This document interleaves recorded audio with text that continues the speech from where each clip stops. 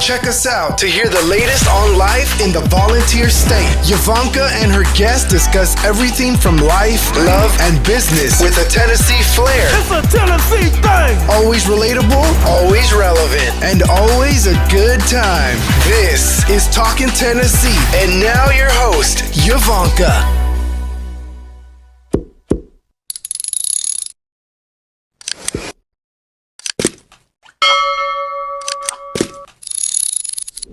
This episode is brought to you by the Landes team, your go-to real estate family in East Tennessee. If you are looking to buy or sell, we are the ones you should call. Give us a call at 865-660-1186 or check out our website at YvoncaSellsRealEstate.com. That's Yvonnca, YVONNCA, sellsrealestate.com. Welcome back to Talking Tennessee with Yvonnca. I'm your host, and I am here with my dear friend Liz for part 2 of Liz Stowers' interview. Welcome back. Thank you.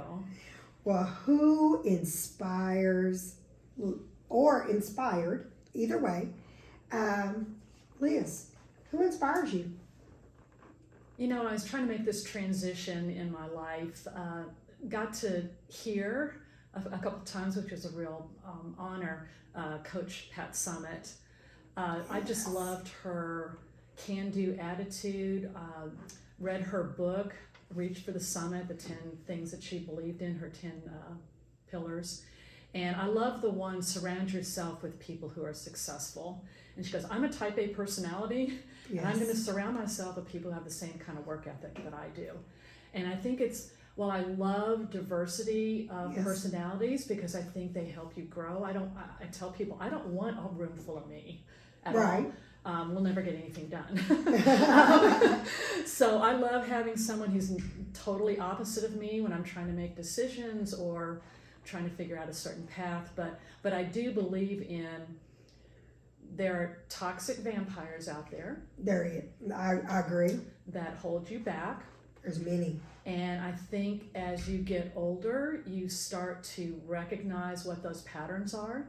And sometimes you want to hold on to something that's familiar, even though it's hurting you and preventing you from moving forward. So I think the more that you can recognize, and you need to go through those toxic relationships. Otherwise, you don't know what it looks like. That's true. So now your radar can be up. Okay, I see this. I've seen this pattern before, and I need to stop this. And I don't like the treatment of that. Right, exactly. I think I agree with that because even in my life, I will say, in the past 7 to 10 years, I've had to reevaluate relationships that were working at a certain time of my life, but they don't work now. Right. And it doesn't mean the person is a bad person. It may just be that person's not for your life where God is taking you in your future. And I think a lot of times people look at timing, how many years you've known someone, even down to family. I'm a firm believer, sometimes you got to disconnect with some family members. Mm-hmm. You know, if they are toxic, they're not peaceful people, there's always a problem. There's always something that you have to work through. They may not be the best person that's going to bring the best of you out. Mm-hmm. And I think that with Pat and Summit, I got to meet her as well. And matter of fact, she picked me up. I went to her basketball camp. She picked me up on Cumberland and took me back to my dorm. I didn't know her. She didn't know me. But I knew who she was because I was at her camp. But I didn't know her. And that 5 minute of conversation really and truly helped me a lot. And one of the things she said to me is, believe in yourself, kid. Mm-hmm. If nobody believes in you, you better believe in yourself. Mm-hmm. And at the time, I didn't know what she was trying to say. But the older I got, I go back to that. And I'm like, she's dead right. Mm-hmm. And you've got to find people that believe in you. Mm-hmm. And sometimes you find people that can't believe in you because they don't believe in themselves, or they find themselves competing with you in their mind. And that's the worst thing to have, worst thing I think to have in your life. Mm-hmm. So I also firmly believe hurt people hurt people. I do. I believe and that too. if somebody is trying to be hurtful to you, sometimes they have so much chaos inside of them and they're so badly hurt that they want to project that feeling on you. So now it feels normal. Yes. You know, my normal world is now dysfunctional and that's what I'm comfortable with. And, you know, to be able to recognize that sometimes I call them transitional friends. Sometimes you have transitional friends where in the moment they were there, but you've outgrown them. And that doesn't mean you need to hold on to them just because she's speaking it's to me. comfortable. That's what happened to me in the last 3 happens years. to everybody. Oh, wow. You're speaking to me. You just, there's a great metaphor from my dear friend George Dobler, who told me to read this book. There's this story of someone going down a path and they go, I need to go to that mountain right there. And it's, you know, about a mile away. It's like, I'm getting to get to the summit of that mountain. And you start walking and you start crossing a bridge and you see someone coming over to you from the opposite side and they're carrying a rope. It's like, well, that's kind of strange. And he goes, will you hold this rope for me? I was like, yeah, sure, I'll be happy to help. And then he jumps over the bridge. And he's holding on the other end of the rope and you're like, you know, hanging over the bridge going, what are you doing? And he goes, if you let go of this rope, I'm going to die. And so you hold on and you try and talk him out of it and you can't. Yeah. And so I'm very much doing the Reader's Digest, but the end of the story is you have to let go of the rope. You got to let go. You got to let, and I tell my daughters, I said, is this a friendship where you got to let go of the rope? Yes. Because they're going to keep you from moving forward, even though it's comfortable. And I think women especially feel this need to fix people, help people to the detriment of their own self. Oh. So I agree. It's just culturally what we're taught to do, and if you don't help that person, there's something wrong with you. But that's true. Men don't do that. I've seen, and you know what? My husband and David has told me this. He goes, "You can't help everybody, right? And everybody doesn't want help." And right. he literally said, he goes, even like relationships, I see spouses all the time trying to fix their spouse, right? But that spouse is okay where they're at. They're okay. So you have to figure out, okay, am I okay to stay with this person that is okay with where they're at, but it's not making me happy? Well, it's codependency. It really is. It's not your job to fix or make them happy. That's exactly. That is the biggest thing I've learned. It is not my job to make you happy. Your happiness comes from inside of you. Mm-hmm. It's not my responsibility. It's not your responsibility. Plus, it's like, okay, if you're trying to make this person happy, how are you going to make yourself happy? Mm-hmm. Because you get pulled down with them. You really do. And I think when it comes to friendships, I think that what you were saying about women, we do feel like we're supposed to fix. And my pastor said this years ago to me. When I accepted the prophetic calling on my life, I felt like I was supposed to help everybody. Mm-hmm. So one day he calls me, Liz, out of the blue, and I was just really, really, my spirit was vexed. And I told him, shared with him and everything, and he goes, is it a burden, Yvonnca? And I said, what do you mean? He goes, is it a burden trying to help all these people? And I said, it's turned into that. And he goes, God never intended you to help everybody.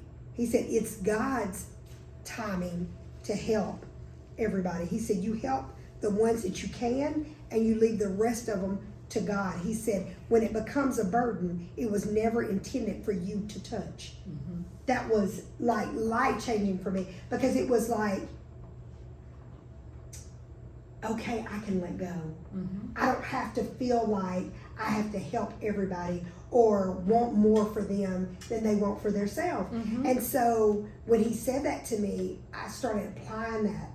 And then it was like the shackles came off my feet and off my hands and my mind and my emotions. And I'm like, it's okay.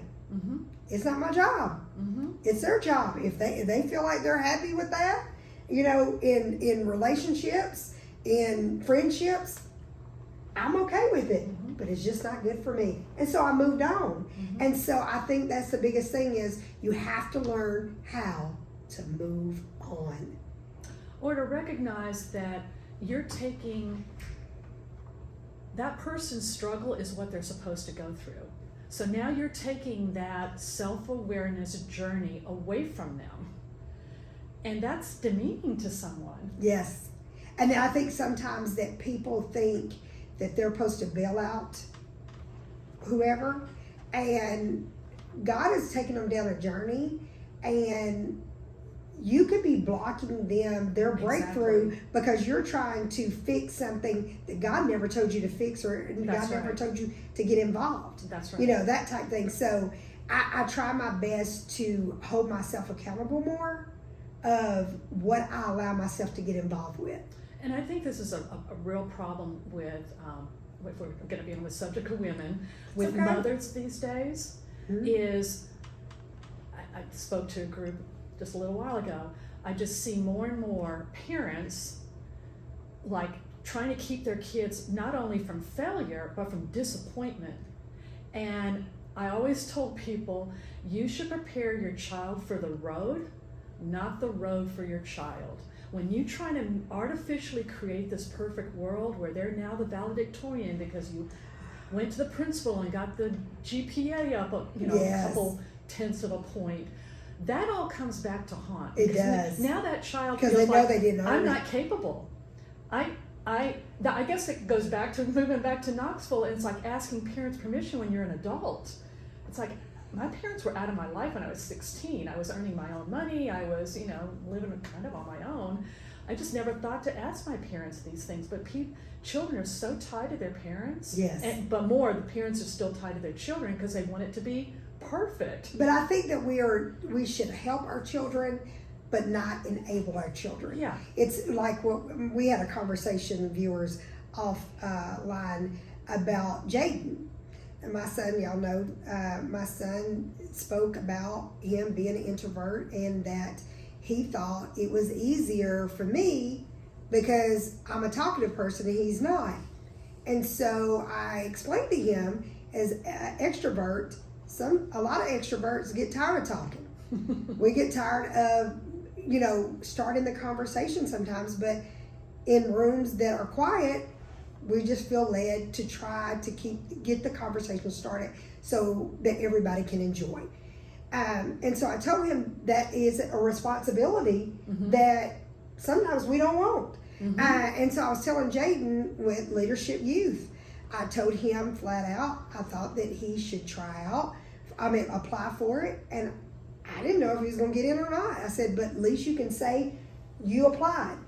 And I will tell you publicly that my son, when he came home and I handed him my phone from the email, Jaden, that was his breakthrough that Jaden got to see. That was something he applied for. He got accepted and he had to go in that room. Mom wasn't going to be in that room for him.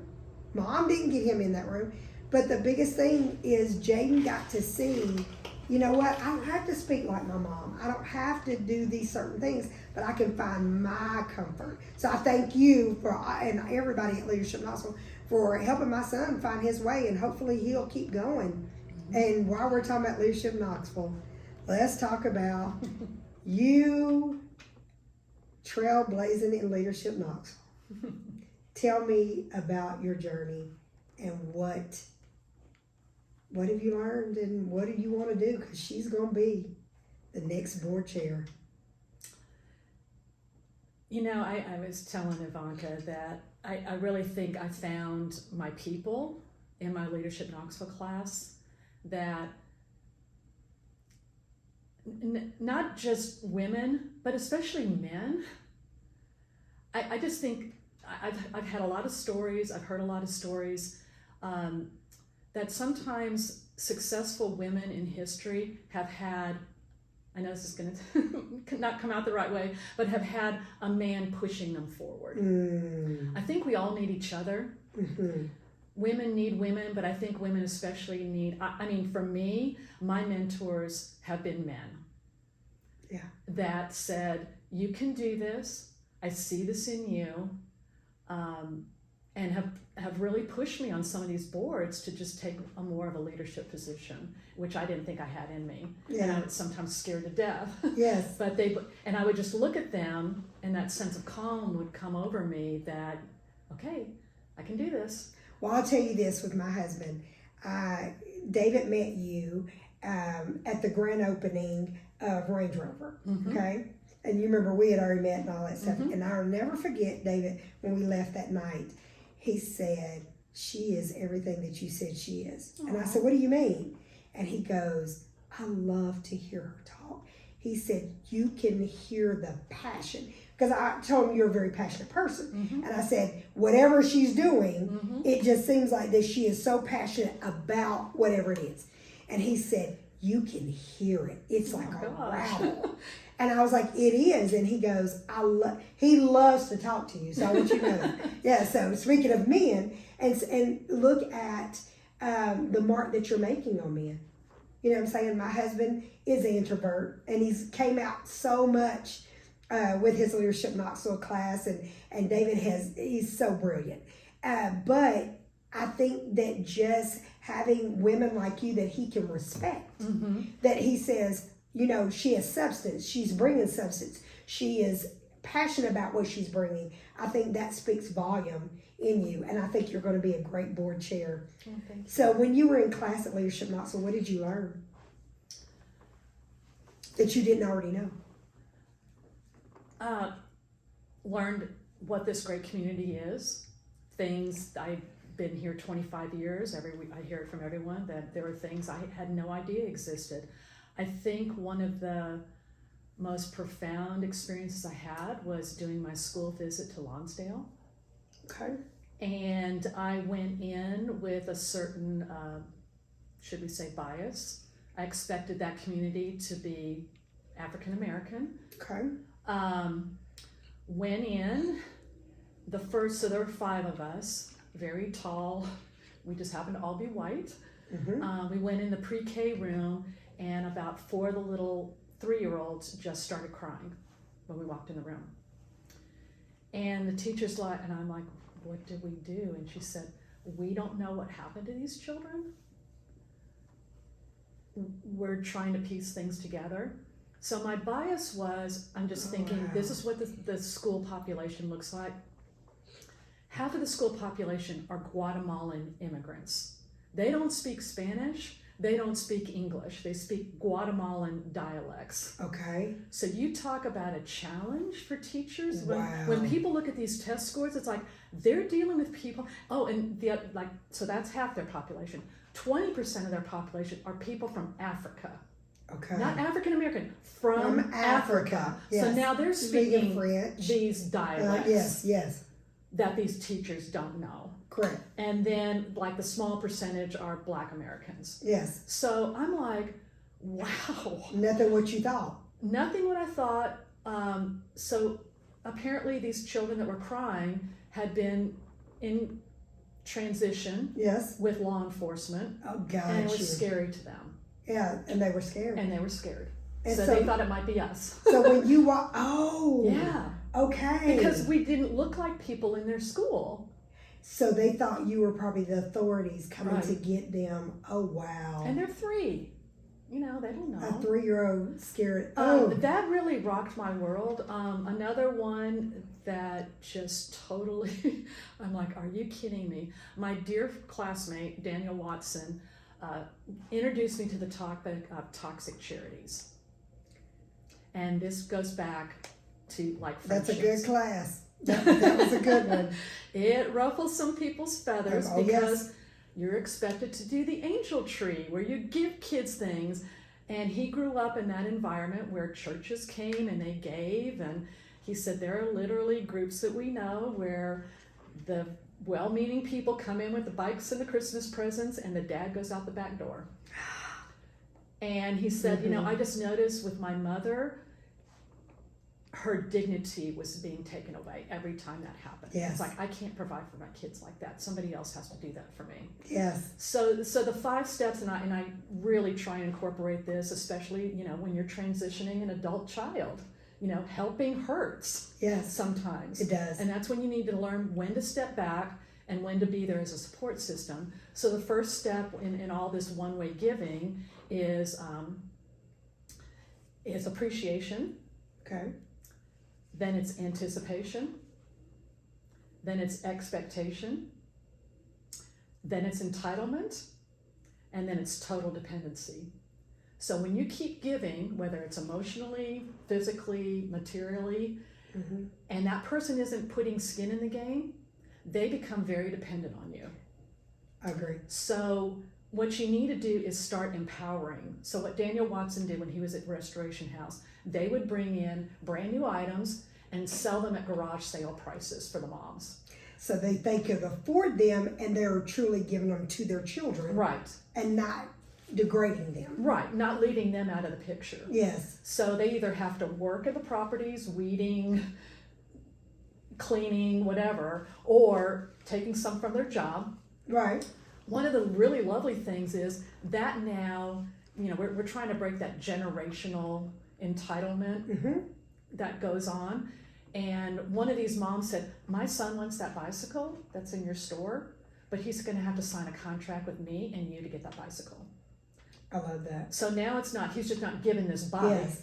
with no expectation. He's got to earn it. So I've even tried to incorporate this to my grandson. We just had this conversation yesterday. He goes, I want to stay up till 9 o'clock at night, and my mom won't let me because I have to go to bed when my little brother goes to bed. I go, well, why don't you draw up a contract with your mom? That's what most adults do. Yes. Just say, this is what I expect, and let him negotiate, and then you both come to agreement, and you both sign it. Oh, see, that's good. And he's like, wow. See, I know when Adrienne was in high school, I'll never forget her junior year, her coming home and saying to me, why do I have to work for everything? You make me work for everything. And she was angry. She was like, why? My friends don't have to do it. And Right. I said, if I hear my friends don't have to do yes, that one more time. my friends, da-da-da-da. And I said, for one, I'm not your friend's parent. Right.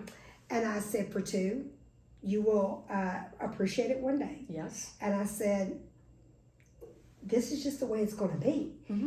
Because I do believe that you should teach your children how to be independent. Teach them how to pay their own stuff, do their own things, that type of thing. Because if you don't teach your kids that, then I'm not saying that you don't love your child. No, but that is love. Yes, that's a part of love, is you're showing them you love them enough and that you believe in them enough that they can do it. Right. And I think a lot of parents nowadays, they want to just write a check and be done with it. It's easier. And you can't do it that way because your kids are going to go out in the community, out in the world, and they won't know how to take care of themselves. And life is short. There's a lot of people that has passed away. My hometown has got hit so hard from last June to now, literally, Roane County, Harriman. I know of over 50 deaths in Harriman alone, okay? And a lot of these people I know, I grew up with, they taught me a lot of things. And I'm just like, life is so short, and you never know. I want my kids to be prepared. I talked to Adrienne, I talked to Jaden a lot about, if something ever happened to me, I need to know you can take care of yourself, that you're not going to fall, that type of thing. And I think when you're giving your kids everything, you're setting them up for that because you don't know if you're going to be there forever. Right. Do you agree with that? Right. And I think with the community service thing is that your kids going out, teach your kids, let them see you because you got to be an example. Let's talk about this. You have to be the example for your kids. You can tell your kids to go volunteer and do this and all that, but if they don't see you doing it, kids are not going to grasp building up their community. And we have to build up leaders and we have to show them, so they have to see it in the parents. You can't sit on the couch and tell your kids to go out there and volunteer and think that they're going to get it. So the biggest thing I would say is, if you want your community, I'm a believer that change starts with you. If you want your community to change or improve in something, why are you not bringing whatever it is? So can you speak on, what would you say the best way to get involved in your community? What would be your idea of someone that's just starting out? I think the biggest thing is, your husband recognizing passion in me. I don't take on anything I'm not passionate about. So me too. And when people call, they're like, well, would you do this for us? I'm very upfront. I said, when I say yes to something, you're going to get 110% of me, and I'm going to be very passionate, and I'm going to say no to a lot of other people. Mm-hmm. So part of who I am too is because I speak French. Mm-hmm. I love the French philosophy of no doesn't mean no. Uh-huh. It means seduce me, win me over. Time isn't right yet. Yes. Maybe later. So for me, no doesn't mean no. And she's being serious, because I asked her about the podcast and she didn't say no, but she didn't say yes either. Yes. I think it was timing, and I think this is the best time. Think about it. When I first mentioned to you, you didn't. Well, it was something I'd never done before, Uh-huh. and I don't like talking about myself. Right. So it was like, okay, I'm going to be uncomfortable, Mm-hmm. but I've learned when I take on something I'm not comfortable with, I'm going to grow. And the biggest reason why I wanted you to come on my podcast was more to show other women you can go out there and win. Mm-hmm. You can go out there and win. You can be strong in your community. You can be strong in your family. But you have to find your place. Your place is in you. And you have to be confident. And confidence doesn't happen overnight. Mm-hmm. It just doesn't. And I think it's something that you have to build every day. Totally. Okay? Confidence is not something that once you conquer it, okay, Right. It stays there. No, you got to keep working at it and truly realizing that you're worth it. Mm-hmm. And I think with Liz, you in this community and all the things that you have done, even the McNabb Center, you've done so much for the McNabb Center. Let's talk about that. What have you done, and what is your takeaway from the McNabb Center? So I was trying to, while you were speaking, try and think back when these seeds were planted as far as community service. So our family is third generation family charity of choice. Everyone in our family is involved with McNabb Center. How we got involved is my father-in-law, he was very, very few charities, but he really bought into the McNabb Center's mission.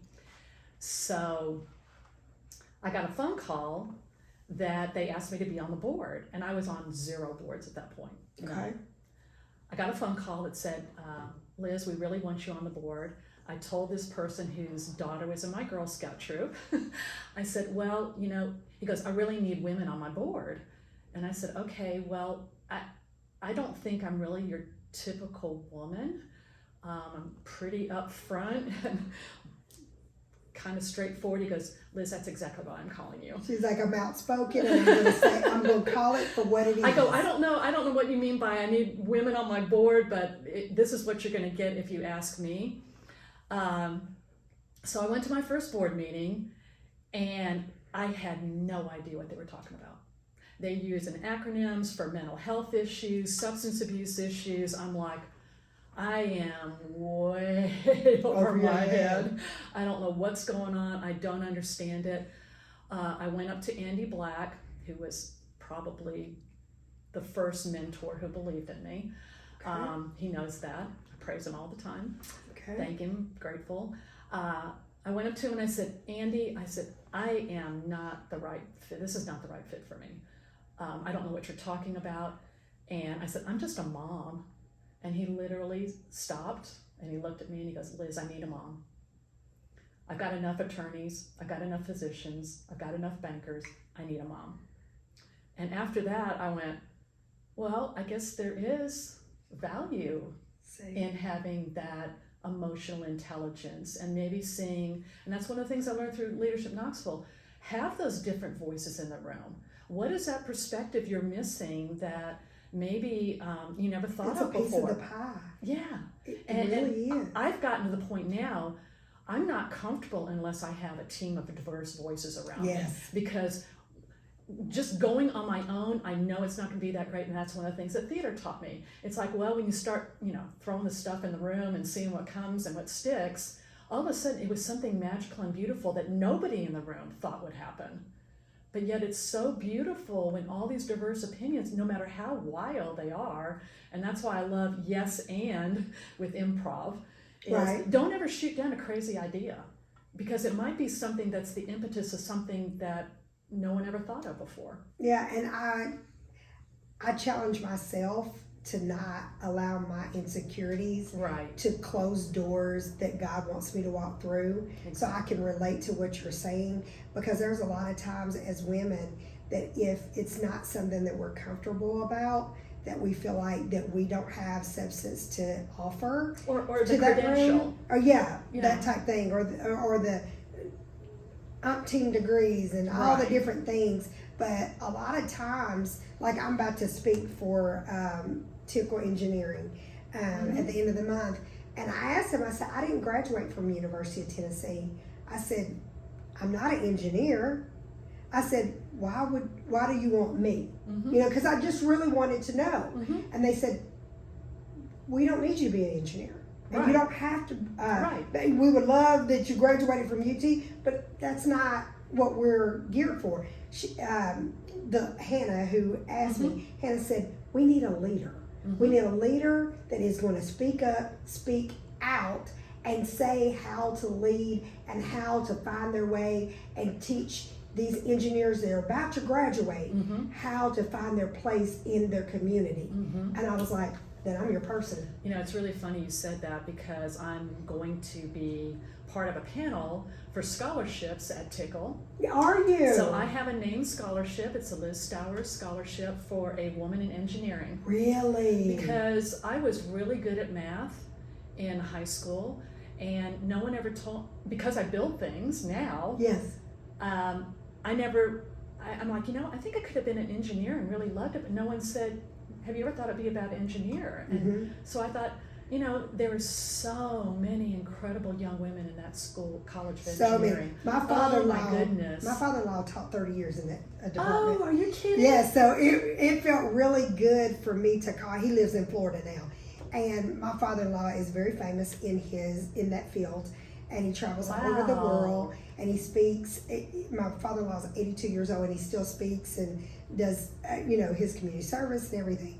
And it felt so good for me to be able to call my father-in-law and say, the very department, the very school where you put your heart and soul in, another Landes is coming right behind you, and thank you for paving the way for me. Right. And he was so excited to know that that I'm going to be speaking. But I just really want to walk in that room and tell the women in that room, just go out there and win, and get out in your community and find your way, introduce yourself to people, be open to relationships, and see where it carries you. But if you stay behind closed doors, stay on the couch, and you don't allow yourself to engage with people, it will hold you back. And Liz, you have done so much engagement. You have done so much for this community. And I want to give you your flowers and say to you, you inspire me from the day I met you. You inspired me, and you inspired me to do more. And you showed me just with your walk and just, standing up in front of that class and you teaching our class and answering questions. I'll never forget you coming out from speaking to our class, and you didn't walk out. You stayed right in that room. You allowed us, you were approachable. You answered every question for us. You got to know us. You asked each one of us, what is your name? And I want you to know that there was a lot of speakers during our class, but you're top tier. And it was because you taught us something, but you got to meet us too. And you got to, give us our moment. So I want to give you your moment and your flowers, and to tell you, I thank you for everything that you're doing for this community. And I want you to know that none of your work is in vain. And I know that when you go be the board chair for Leadership Knoxville, I know it's going to be the best it can be, because you're passionate and you love what you do. And I love our community. You love your community. So as we end this, what's next? Besides, I know the Leadership Knoxville board, What's next for Liz, this community? And what's for the community? And then personally, what's next for you? Mm-hmm. So we didn't get to touch on this, but Okay. I am producing a play for the Baker School. It is about the 19th Amendment Let's talk about it. and Tennessee's very pivotal role. I heard this story in Nashville in 2014, and as the centennial for the women's right to vote was coming up in August of 2020, I went to the Clarence Brown and I said, let's do a play about this really amazing story. And he said, no, we're not interested in that. So I commissioned my own musical with River and Rail Theater. Really had people crying. I could hear people sobbing in the back because it's a really sweet story of a mother and son, but it also had huge global implications. So about a month later, Marianne Wanamaker called me from the Baker School. She said, we want to take that play across the state of Tennessee to teach civic responsibility to high school students. And the play is? It's called The 19. Okay. And I said, well, don't take that play because it's a musical, and I work with 16 years with a lot of high school students. I know what they like. They're going to want something sharp and snarky and funny. I want mean girls. I want eye-rolling teenagers. I want all that stuff. So she said, I know what they want. Jed Diamond with the theater department found me an unbelievably fantastic playwright. We've already had our stage reading at the Baker School. It was unbelievably well received. Men had tears in their eyes. It needs some fine tuning, but it is going to premiere in June of 27. And if you don't know the story, June of 27. June of 27 and the Jenny Boy Theater. Okay. Just every American woman has the right to vote because of a 24-year-old man from Nyota, Tennessee. Really? It is, every time I say that, I get goosebumps. He was the swing vote. It's just a long story, but if you have time to read about Harry and Feb Byrne, Feb is his mother. Okay. There's a bronze statue off of Market Square where Feb is seated in a chair and Harry's behind her. What happened was the vote was tied twice, and he went out for recess and reached in his pocket a letter from his mom, and she said, after 8 pages of just gossip, said, be a good boy and vote for ratification. And he went back in and changed his vote and voted yes. A week later, all that paperwork went up by train to Washington, D.C., and the 19th Amendment was passed. Well, I'll tell you this. When that comes out in June of 2027, I want you to come back. Okay. And I want to help promote it. Thank you. And I would love to help promote it and get my viewership to support it. Because that is such a great thing. And I think it's going to be a great success. Well, thank you so much. I mean, if this is successful, we'll do the Clinton 12 next. The Clinton 12, okay.